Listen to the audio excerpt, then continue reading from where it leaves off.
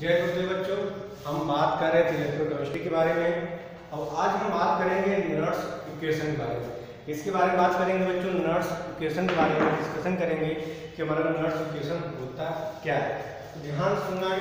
इसके पहले हम बात किए स्टैंडर्ड इलेक्ट्रोपोटेंशियल। स्टैंडर्ड इलेक्ट्रोपोटेंशियल के लिए हमारा कंसंट्रेशन क्या होना चाहिए, वहाँ पे हमारा देखिए, वहाँ पे हमारा स्टैंडर्ड इलेक्ट्रोड पोटेंशियल के लिए हमारा जो कंसंट्रेशन होना चाहिए 1 मोलर होना चाहिए और टेम्परेचर कितना होना चाहिए 298 केल्विन का होना चाहिए। तो वहाँ पे आप क्या कैलकुलेट करते थे, स्टैंडर्ड इलेक्ट्रोड पोटेंशियल। यदि आपका टेम्परेचर डिफरेंट हो जाए कितने से 298 या हमारा जो कंसंट्रेशन डिफरेंट फ्रॉम 1 मोल, तो वहाँ पे हम कौन सा इक्वेशन लगाते हैं, नर्स इक्वेशन लगाते हैं। कौन सा नर्स इक्वेशन लगाते हैं। बहुत इजी है। यहाँ पे सिर्फ आपको फार्मूले आपको याद करने हैं और न्यूमेरिकल्स याद करने हैं। कैसे है जो आपको ज़्यादा इसमें परेशान होना नहीं है। तो नर्स इक्वेशन होता क्या है, NERS, नर्स इक्वेशन क्या होता है। तो यहाँ थोड़ा समझने की कोशिश करना। जैसे यहाँ पे लिया कोई मेटल लिया गया, आयरन, कॉपर, जिंक, निकल, कोई भी।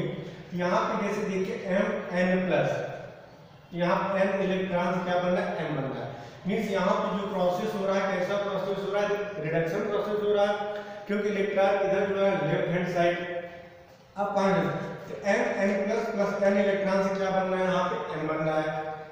देन द नर्स इक्वेशन, ध्यान सुनिएगा, जब हमारा टेम्परेचर मोर देन या डिफरेंट फ्रॉम 298 केल्विन और and concentration different from 1 molar, तो वहाँ पर नर्स इक्वेशन लगाते हैं। और नर्स इक्वेशन होता क्या, ध्यान से सुनिएगा। Then the Nernst equation applied as follow. जैसे यहाँ पे रिडक्शन दिया गया तो रिडक्शन के लिए नर्स इक्वेशन कैसे अप्लाई करेंगे, E इक्वल क्या बोलेंगे, E0 - RT/NF ln। अब ध्यान सुनिए, E इक्वल क्या होगा, E0 मतलब क्या होगा, हमारा स्टैंडर्ड इलेक्ट्रोड पोटेंशियल। और E क्या होगा, electrode potential under given concentration of M+ ions and temperature. तो पहले नोट कर लीजिए, E हमारा क्या होगा, नोट करिए, E हमारा होगा इलेक्ट्रोड पोटेंशियल। देखिए इलेक्ट्रोड पोटेंशियल होता है कि हमारा standard electrode potential. Electrode potential को किससे रिप्रेजेंट करते हैं, E से। स्टैंडर्ड को किससे रिप्रेजेंट करते हैं, E0 से। तो स्टैंडर्ड इलेक्ट्रोड पोटेंशियल के लिए कंडीशन क्या होना चाहिए, जो हमारे आयंस होंगे, आयंस मतलब समझ रहे हैं, जैसे Mn+, copper 2+, iron 2+, Al 2+, nickel 2+, zinc 2+, समझ में आ रहा है, एल्यूमिनियम 3+। तो यहाँ पे E मतलब क्या होगा, E0 क्या होगा, स्टैंडर्ड इलेक्ट्रोड पोटेंशियल। कंडीशन क्या होना चाहिए, 1 मोलर कंसंट्रेशन होना चाहिए और टेम्परेचर क्या होना चाहिए, 298 केल्विन होना चाहिए। तो उस कंडीशन को क्या बोलते हैं, स्टैंडर्ड इलेक्ट्रोड पोटेंशियल। अब हम बात करें E क्या होता है, E हमारा इलेक्ट्रोड पोटेंशियल। E मतलब होता है electrode potential under given concentration of M+ ions and temperature. ये हमारा क्या होगा, इलेक्ट्रोड पोटेंशियल होगा। R मतलब क्या होता है, हमारा गैस कांस्टेंट। आप लोगों ने पढ़ा होगा, R क्या होगा बच्चों, हमारा गैस कांस्टेंट होगा। और T हमारा क्या होता है, टेम्परेचर होता है। T क्या होगा हमारा, यहाँ पे टेम्परेचर होगा। और F क्या होगा, हमारा फैराडे लॉ। F क्या होगा हमारा बच्चों, फैराडे लॉ होगा। ध्यान सुनना, R हमारा गैस कांस्टेंट, टेम्परेचर क्या होगा, टेम्परेचर होगा। N क्या होता है, N का मतलब क्या होता है, कितने नंबर ऑफ इलेक्ट्रॉन इन्वॉल्व हो रहे हैं। F क्या होगा, फैराडे लॉ होगा। F की वैल्यू होती है 96,500 होती है। F की वैल्यू क्या होती है बच्चों, 96,500 होती है। Ln, अब ध्यान से सुनना, Ln इक्वल क्या होगा, product upon reactant, M/M+ ions. यहाँ पे ब्रैकेट में क्या लिखा है, कंसंट्रेशन। जब स्क्वायर ब्रैकेट की बात करते हैं वहाँ क्या होता है, कंसंट्रेशन होता है। फिर सुना फार्मूला क्या है, E E0 - RT/NF ln M/M+ ions. M क्या होगा हमारा मोलर कंसंट्रेशन ऑफ M और M+ molar concentration of ions का स्क्वायर ब्रैकेट में। तो फार्मूला क्या होगा, E E0 - RT/NF ln M/M+ मतलब प्रोडक्ट अपॉन रिएक्टेंट। इसका प्रोडक्ट अपॉन रिएक्टेंट होगा। क्लियर है यहाँ पे। तो अब आगे सुनना, एक चीज को समझ लीजिए बच्चों, इसका जब आप न्यूमेरिकल्स कराएंगे तो वहाँ पे आपको कोई कंफ्यूजन नहीं होगा। यहाँ पे जब भी पेपर में बात करेंगे तो यहाँ पर बात प्योर सॉलिड, लिक्विड या gas at 1 atmosphere then molar concentration is taken as unity. Means हमारा प्योर सॉलिड हो, लिक्विड हो या गैस हो, at 1 atmosphere then molar concentration is taken as unity. मतलब इस पे जैसे यहाँ पे ब्रैकेट क्या लिखा है यहाँ पे, ये इनकी जो कंसंट्रेशन होगा हमेशा 1 होगी। जैसे बात करें कॉपर का कंसंट्रेशन हमेशा 1 होगा, जैसे यूनिटी में 1 कोई आंसर नहीं है। जिंक तो दिया गया है, इनका मोलर कंसंट्रेशन हमेशा क्या मानेंगे 1 मानेंगे, पॉइंट ना। लेकिन यदि यहाँ पर कोई आयंस आ गया, कोई आयंस आ जैसे Ni2 plus zinc 2 plus copper 2 plus, तो वहाँ पे मोलर कंसंट्रेशन 1 नहीं मानेंगे, वहाँ पे मोलर कंसंट्रेशन वहाँ पे 1 नहीं मानेंगे, आपको पेपर में दिया रहेगा। तो जब इसकी वैल्यू हमेशा 1 हो जाएगी, यहाँ फार्मूला क्या निकलेगा, E = E naught minus RD upon NaCl ln 1/m plus, और m प्लस आपके पेपर में कंसंट्रेशन आपके पेपर में दिया रहेगा जब आपको प्रॉब्लम कराएंगे। अब ध्यान सुनना बच्चों, ये हमारा ln है। जब आप ln को log में चेंज करते हैं, मैथमेटिक्स वाले जानते होंगे, बार बार क्लास पढ़ोगे, जब ln को अगर आप log में चेंज करते हैं तो क्या बन जाएगा, E naught minus 2.303 RD upon mf log 1/m plus I, n plus I। यहाँ क्या लिखिए n plus I, तो यहाँ क्या लिखा n plus I। अब ध्यान से सुनना बच्चों, R की वैल्यू फिक्स होती है। R की वैल्यू क्या होती है, 8.314 जूल पर केल्विन पर मोल। R की वैल्यू क्या होती है, 8.314 जूल पर केल्विन पर मोल। फिर से नोट कर लीजिए, 8.314 जूल पर केल्विन पर मोल। अब हम बात करते हैं टेम्परेचर। यहाँ पे जो टेम्परेचर भी होगी इसका भी फिक्स होगा 298 केल्विन, और एक फैराडे की वैल्यू जो होती है, 1 फैराडे की वैल्यू होती है कितनी होती है, 996,500। पॉइंट कितना बच्चों, R की वैल्यू कितनी होगी, 8.314 जूल पर केल्विन पर मोल। टेम्परेचर कितना होगा 298 केल्विन, सब फिक्स वैल्यू है। 1 फैराडे की वैल्यू 96,500 होता है। ये n क्या होता है, कितने नंबर ऑफ इलेक्ट्रॉन इन्वॉल्व हो रहे हैं इन द रिएक्शन। जैसे यहाँ पे देखना, कॉपर 2 प्लस, यहाँ पे 2 इलेक्ट्रॉन कॉपर दिया गया है, यहाँ पे कितने इलेक्ट्रॉन इन्वॉल्व हो रहे हैं 2, तो n की वैल्यू कितना रखेंगे 2। ध्यान सुनना, जैसे यहाँ पे लिखा है Al3 प्लस से Al दिया गया है, तो यहाँ पे कितने इलेक्ट्रॉन इन्वॉल्व होंगे बच्चों, 3 इलेक्ट्रॉन, तो n की वैल्यू कितना रखेंगे, 3 रखेंगे। समझ में आ रहा है। जैसे कॉपर से कॉपर प्लस दिया गया है, तो यहाँ पे कितने इलेक्ट्रॉन इन्वॉल्व होंगे, 1, तो n की वैल्यू क्या होगी, number of electron involve in this reaction, कितने इलेक्ट्रॉन इन्वॉल्व हो रहे हैं। बात आपको समझ में अच्छे तरीके से आ रही होगी। अब ध्यान सुनना, यहाँ पे R की वैल्यू पता है, T की वैल्यू पता और F की वैल्यू पता रहेगी, लेकिन n की वैल्यू आपको नहीं पता है। तो जब आप इन तीनों R की जगह वैल्यू रखेंगे, T की जगह वैल्यू और F की जगह वैल्यू रखेंगे, आपका जो फार्मूला आएगा E इक्वल क्या हो जाएगा, E naught minus 2.3, सॉरी, जब आप इसको पूरा सॉल्व करेंगे, देखिए 2.303, R की वैल्यू क्या रखेंगे, 8.314, टेम्परेचर कितना रखेंगे, 298 केल्विन, अपॉन n की वैल्यू तो पता नहीं है क्योंकि तो रिएक्शन देख पता है, कि F की वैल्यू पता है 96,500 log 1/m plus I। समझ में आ रहा है। तो आप जब इसको पूरा सॉल्व करेंगे, इस वैल्यू को जब आप सॉल्व करेंगे, आपकी जो वैल्यू आएगी, ध्यान सुनना, E = E naught minus 0.0591 upon n log 1 upon n plus I. ध्यान सुनना बच्चों, इसे क्या बोलते हैं, नॉट्स इक्वेशन बोलते हैं। क्या बोलते हैं बच्चों, नॉट्स इक्वेशन बोलते हैं। E इक्वल क्या हो जाएगा, E naught minus 0.0591 upon n log 1 upon m plus I. इसे क्या बोलते हैं, नॉट्स इक्वेशन बोलते हैं। यहाँ पर शायद ये समझ में आ गई होगी।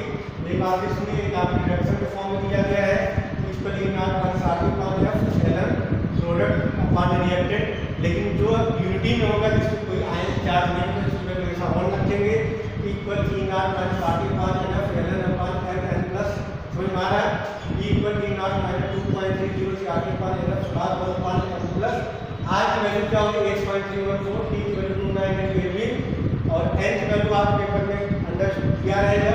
मतलब आप चेक करना है कितने इलेक्ट्रॉन इन्वॉल्व हो रहे हैं, आप जब रिएक्शन कराएंगे प्रॉब्लम समझ में आएगा। एक वैल्यू छाने पूरा कैलकुलेट करेंगे 0.051 log 1 अपॉन m प्लस। यहाँ तक आपको समझ में आ गई होगी, इसको नोट करिए, फिर आगे चलते हैं।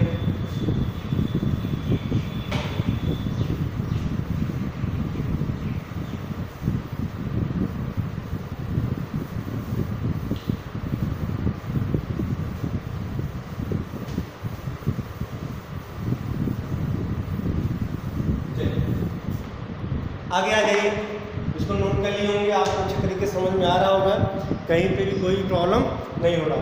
चलिए आगे कुछ और डिस्कशन करते हैं, थोड़ा समझने की कोशिश करना। जैसे यहाँ पे रिएक्शन दिया है,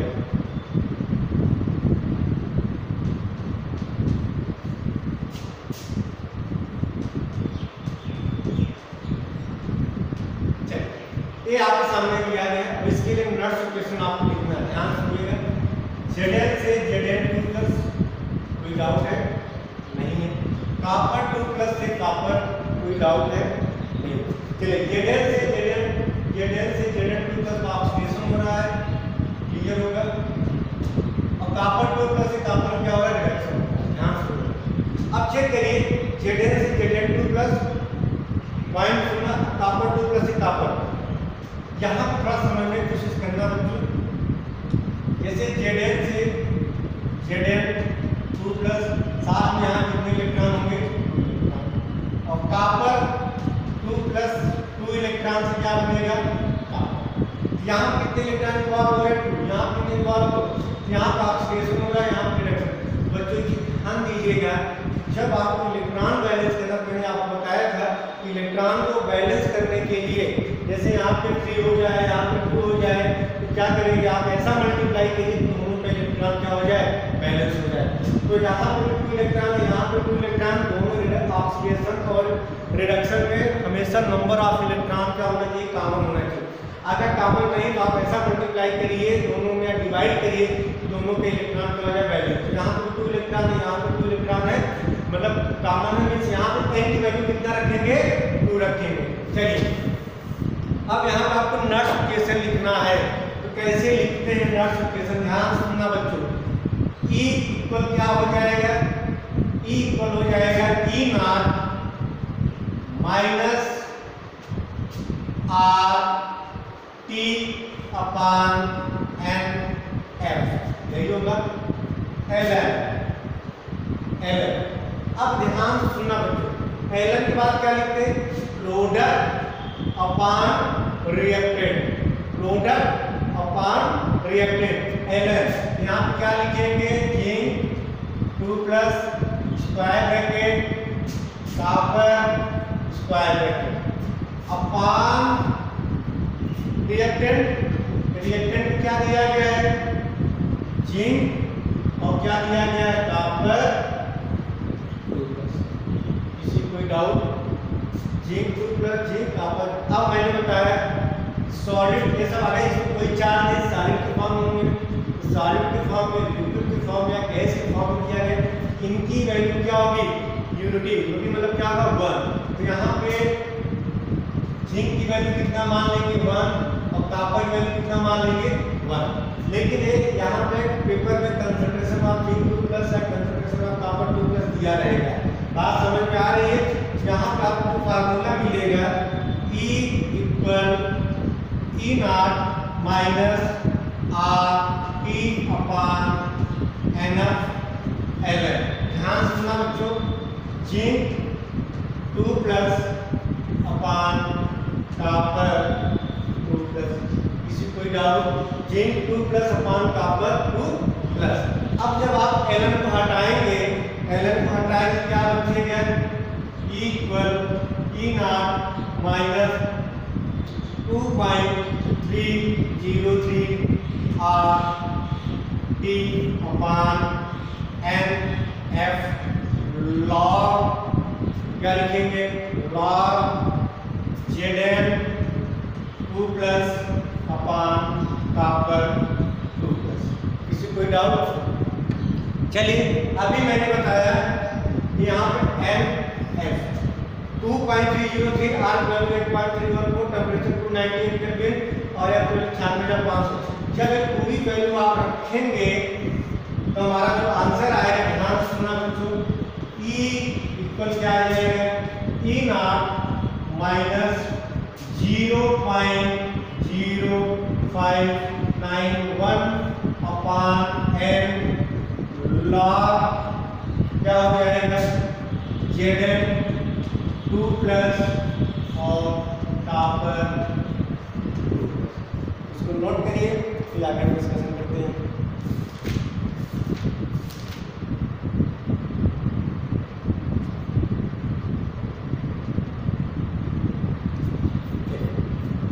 यहाँ से समझ में। अच्छा, इस इक्वेशन के लिए यहाँ पे n की वैल्यू कितना रखेंगे? 2 रखेंगे।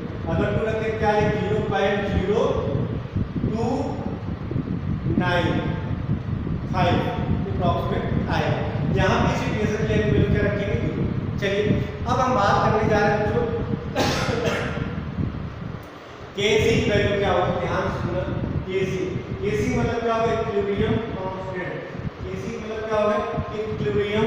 यहाँ तक बच्चों समझ में आ गया होगा। ये हुआ हमारा क्या? नट्स इक्वेशन हो गया। अब यही की सारी चीज समझ लीजिए, फिर आप जब न्यूमेरिकल कराएंगे तो आपको पढ़ने का मजा आएगा। अब ध्यान सुनिए, हमें निकालना है इक्विलिब्रियम कांस्टेंट। Kc मतलब क्या होता है? Equilibrium constant. तो ध्यान से सुनना बच्चों, अभी समझना Kc कैसे निकालते हैं। Kc इक्विलिब्रियम कांस्टेंट, ध्यान सुनना, Kc इक्वल क्या होता है? ध्यान सुनना, Kc इक्वल क्या होता है? इक्विलिब्रियम कांस्टेंट क्या होता है? प्रोडक्ट अपान रिएक्टेंट। प्रोडक्ट अपान रिएक्टेंट। ध्यान सुनना, प्रोडक्ट अपान रिएक्टेंट। तो इक्विलिब्रियम कांस्टेंट, इक्विलिब्रियम कांस्टेंट को समझना, Kc बोलते हैं इक्विलिब्रियम कांस्टेंट। Kc इक्वल क्या होता है? प्रोडक्ट अपान रिएक्टेंट। तो इक्विलिब्रियम कांस्टेंट की बात करें, Kc मतलब क्या होगा? ध्यान सुनिएगा, Kc वैल्यू क्या होगा? जिंक 2 प्लस कॉपर, ध्यान सुनना, अपान जिंक और कॉपर 2। ये चीज ध्यान दीजिएगा बच्चा। प्योर सॉलिड, प्योर लिक्विड या प्योर गैस के लिए इनकी जो वैल्यू क्या होगी? यूनिटी होगी। यहाँ पे Kc इक्वल क्या हो जाएगा?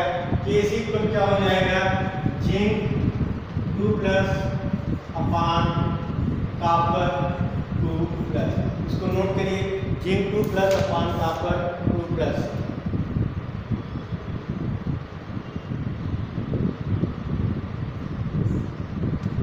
यहाँ पे देखिए चीज समझ में आया, ध्यान सुनना बच्चों। आपको सब बताने की रीजन क्या है कि यहाँ पे आप देख रहे हैं Kc equal log Zn 2 plus upon copper 2 plus के लिए क्या रख सकते हैं? Kc। लेकिन ध्यान से सुनना बच्चों, एक चीज एट इक्विलिब्रियम पे, एट इक्विलिब्रियम, ध्यान से सुनना, एक पॉइंट समझना। मीन्स यहाँ पे Zn 2 plus upon copper 2 plus की जगह आप Kc रख सकते हैं। लेकिन ध्यान सुनो, एट इक्विलिब्रियम पे, ध्यान सुनो, आपको कंफ्यूज मत हुई है। एट इक्विलिब्रियम पे क्या होता है? ध्यान सुनना, ये होता है E सेल, ये होता है E not cell. Electrode potential at standard electrode. At equilibrium, at point सुनना बच्चों, जहां तक समझ में आए, at equilibrium, at equilibrium, at equilibrium क्या होता है? ध्यान सुनो, एट इक्विलिब्रियम पे ई नॉट सेल की वैल्यू ई सेल की वैल्यू हमेशा क्या होगी, जीरो। पॉइंट सुनना, एट इक्विलिब्रियम पे, एट इक्विलिब्रियम, पॉइंट सुनना, एट इक्विलिब्रियम पे इस सेल की वैल्यू हमेशा जीरो होती है, लेकिन ई नॉट सेल की वैल्यू जीरो नहीं होती। आपसे पूछा जा सकता है एमसीक्यू में, एट इक्विलिब्रियम पे ई सेल की वैल्यू जीरो होती है, लेकिन ई नॉट सेल की वैल्यू जीरो नहीं होती। ये होता है, ये हमारा इलेक्ट्रोड पोटेंशियल होता है, standard electrode potential eight 1 molar concentration and temperature 298 kelvin. तो अगर आपको इक्विलिब्रियम कांस्टेंट पूछा जाए तो इक्विलिब्रियम कांस्टेंट निकालने के लिए हमारा रिएक्शन जो होगा इक्विलिब्रियम पे होगा, तो इक्विलिब्रियम पे ई सेल की वैल्यू हमेशा क्या हो जाएगी, जीरो हो जाएगी। तो यहाँ पे देखिए ई सेल की वैल्यू क्या हो जाएगी, जीरो। तो यहाँ पे क्या रखेंगे, zero equal E not cell minus 0.0591 upon n log Zn2 plus upon copper 2 plus क्या रख देंगे, के सी। और ये केस हमारा क्या होता है, इक्विलिब्रियम कांस्टेंट होता है। किसी कोई डाउट, कोई कंफ्यूजन नहीं। तो चलिए यहाँ पे नोट कर लिए होंगे आप लोग।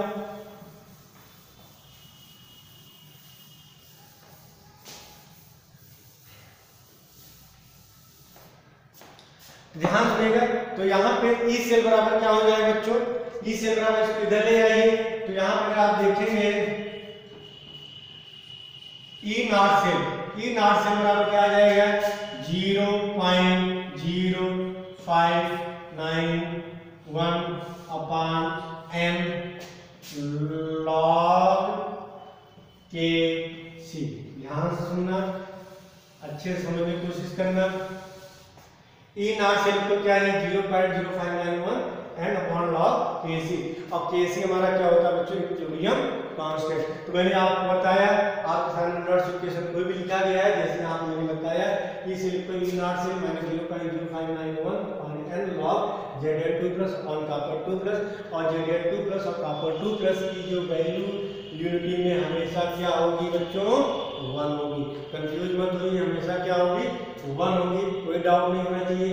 Eight equilibrium P cell equal 0, E naught at equilibrium P cell की वैल्यू 0 होती है, लेकिन ई नॉट सेल की वैल्यू 0 नहीं होती है। 0 equal E not cell minus 0.0591 upon n log KC. क्या होता है, लॉग केसी होता है। आपको कहीं भी कोई भी कंफ्यूजन नहीं होना चाहिए। तो जब वैल्यू 0 हो जाएगी, ई सेल इक्वल क्या है, 0.0591 अपॉन एन लॉग केसी। इसको आप नोट करिए, फिर हम आगे चलते हैं। आपको दो फार्मूले हैं, अभी आपको सिर्फ फार्मूले समझ में आने चाहिए।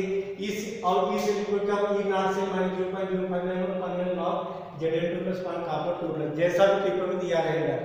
ई सेल ई नॉट सेल कैसे निकालते हैं, E not cell of reduction plus E not cell of oxidation. Reduction oxidation जोड़ देते हैं, स्टैंडर्ड इलेक्ट्रोड पोटेंशियल आपका निकल जाता है। इसको नोट करिए, फिर हम आगे चलते हैं।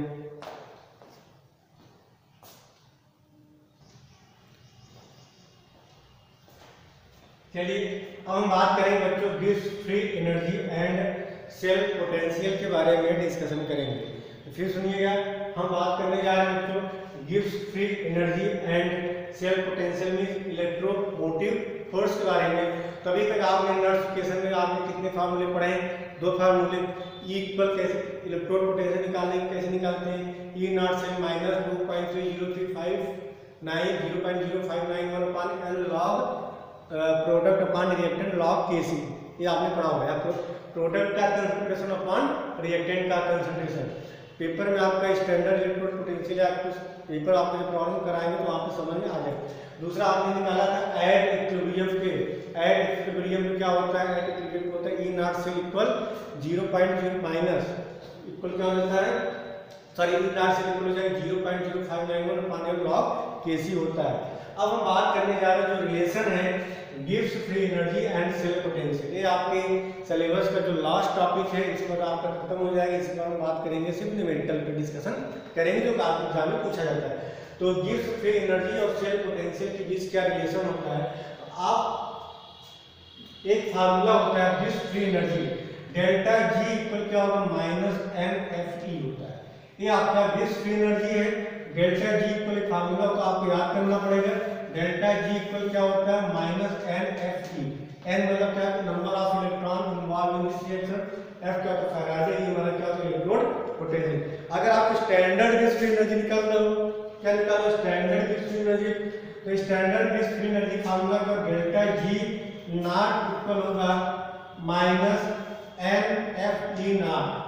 अब ध्यान दो, आप देखो पूछा है कि स्टैंडर्ड गिब्स फ्री एनर्जी आपको डिटरमाइन करना है, स्टैंडर्ड गिब्स फ्री एनर्जी आपको डिटरमाइन करना है। जैसे रिएक्शन देखिएगा बच्चों, n क्या होता है number of electron involve in this reaction, f क्या होता है फैराडे लॉ, और ये क्या होगा हमारा स्टैंडर्ड इलेक्ट्रोड पोटेंशियल। जैसे एक न्यूमेरिकल हम कराते हैं, पहले समझ लीजिए फिर बात करने जा रहे हैं। जैसे यहाँ पे देखिए एक रिएक्शन दिया गया, जैसे दिया गया Zn से जिंक 2+ और कॉपर 2+, ये आप न्यूमेरिकल कराएंगे और ये दिया गया, कहा कि ये आपके सामने रिएक्शन दिया गया है और इसका स्टैंड Zn से Zn2+ कुछ वैल्यू दी गई है, जैसे आपको प्रीवियस लेक्चर में बताया था, और कॉपर 2+ से कॉपर में कुछ वैल्यू दी गई है। जब आपने निकाला ई नॉट से आपने निकाला, ई नॉट से मतलब क्या हुआ E naught reduction plus E naught oxidation मैंने कराया हूँ, तो आप इन दोनों का आपने जोड़ा घटाया जो किया, तो कहा कि आपका standard electron potential E not से इक्वल आया है 4.9 वोल्ट, मान के चलिए आ रहा है, ठीक है। आज पूछना गिब्स फ्री एनर्जी क्या होगा, तो Gibbs standard Gibbs free energy पर क्या होगा माइनस NFE नॉट। n की वैल्यू क्या होगी, कितने इलेक्ट्रॉन इन्वॉल्व हो रहे हैं, Zn2+ कॉपर से कॉपर में 2 इलेक्ट्रॉन, तो यहाँ पे क्या रखे -2, f की वैल्यू कितनी 96,500, ई नॉट की वैल्यू आपने निकाला कितना आया 4.9 आया। आप उसको कैलकुलेट करेंगे तो हमारा क्या निकल जाएगा स्टैंडर्ड गिब्स फ्री एनर्जी, तो डेल्टा जी इक्वल क्या होगा -NFE नॉट। समझ में आपको आ गया होगा। चलिए आपने एक फार्मूला भी पढ़ा, इस फार्मूले को याद करिए, इस फार्मूले को स्टैंडर्ड गिब्स फ्री एनर्जी निकाले फार्मूला -NFE नॉट से, समझा।